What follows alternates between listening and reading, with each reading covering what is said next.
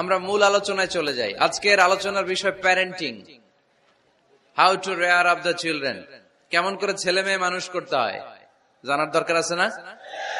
ছেলে মেয়ের বাপ হয়েছেন কে কে দেখি?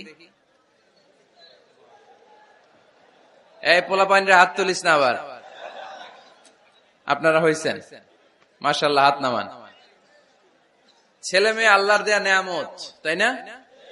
দুনিয়ার সৌন্দর্য, জিনাতুল হায়াতিদ দুনিয়া। কিছু কিছু জিনিসের প্রতি আকর্ষণ মানুষের জনমভর। এর মধ্যে একটা হচ্ছে সন্তান সন্ততি। আল্লাহ সূরাত আলে ইমরানের 14 নম্বর আয়াতে বলেছেন, যুইগিনা লিন-নাসি হুব্বুশ শাহাওয়াতি মিনান নিসা ওয়াল বানিন ওয়াল কানাতিরিল মুকানতারাতি মিনাজ যাহাবি ওয়াল ফিদ্দাহ ওয়াল খাইলিল মুসাওয়ামাতি ওয়াল আনআমি ওয়াল হারস যালিকা মাতাউল হায়াতিদ দুনিয়া ওয়াল্লাহু ইনদাহু হুসনুল মাআব। নারী, গাড়ি, বাড়ি, স্থাবর অস্থাবর সম্পত্তি, সন্তান সন্ততি, এগুলো প্রাপ্তির আকাঙ্ক্ষা, এগুলোর প্রতি আকর্ষণ মানুষের জনমভর। আমরা সবাই এগুলো চাই, ঠিক কিনা? এর মধ্যে সবচেয়ে গুরুত্বপূর্ণ একটা হচ্ছে সন্তান সন্ততি। দেয় কে? জোরে বলতে হবে, কে দেয়? চাইতে হবে কার কাছে? নাকি মাজারে, নাকি দরগায়? একজন সন্তান দিতে পারে, চিল্লায় বলতে হবে তিনি কে? অনেকে বলে মাজারে মানত না করলে নাকি সন্তান পাওয়া যায় না।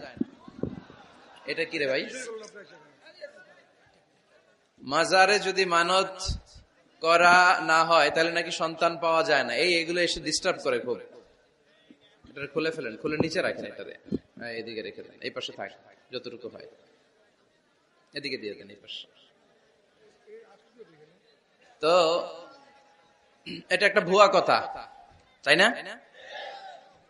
মাজারে আর একটু উপরে উঠাইতে হবে।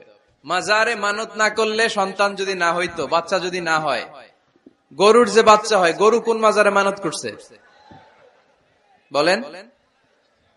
মাজারের বিরুদ্ধে আমাদের অবস্থান নয়। মাজার হচ্ছে মাকানু জিয়ারা, যেখানে মানুষ জিয়ারত করে, ভিজিটিং প্লেস। আসলে শব্দটা হবে মাকবার, মানে কবর। কারো কবরে যাওয়া, জিয়ারত করা, এটা সুন্নাহ। কবর দেখলে আমরা সালাম দেই, ঠিক কিনা? এটা সুন্নাহ। তবে কবরে শুয়ে থাকা ব্যক্তির কাছে চাওয়া যায় না। চাওয়া যায়? ইযা সাআলতা ফাসআলিল্লাহ, যখন চাইবে কার কাছে চাইবে? ওয়া ইযা ইসতাআনতা ফাসতাইন বিল্লাহ, সাহায্যের হাত যদি পাতো কার কাছে পাতবো? ওনার ভান্ডারে কমতি আছে, ঘাটতি আছে? আমাদের যার যা লাগবে সবও যদি উনি দিয়ে দেয়, ওনার কমতি পড়বে নাকি?